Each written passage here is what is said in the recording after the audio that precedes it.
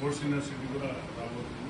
మీ అందరికీ తెలుసు నిఖిత్ జరీనా అని మన నిజామాబాద్ గత ప్రభుత్వం ఆ అమ్మాయికి ఏమి ఇవ్వలేదు. మనం రాగానే జిఎస్పీ ర్యాంక్ అంటే గ్రూప్ 1 ర్యాంక్ జాబ్ ఇవ్వడం, 500 గజాలు హైదరాబాద్లో ఆమెకు హౌస్ సైట్, తర్వాత 2 కోట్లేమో క్యాష్ రివార్డ్ ఇవ్వడం.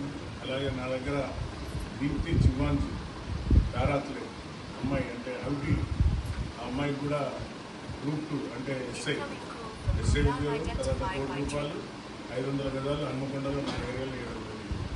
అంటే ఎందుకు చెప్తుందంటే ఎడ్యుకేషన్ అండ్ స్పోర్ట్స్ పైన ఉన్న మక్కువ.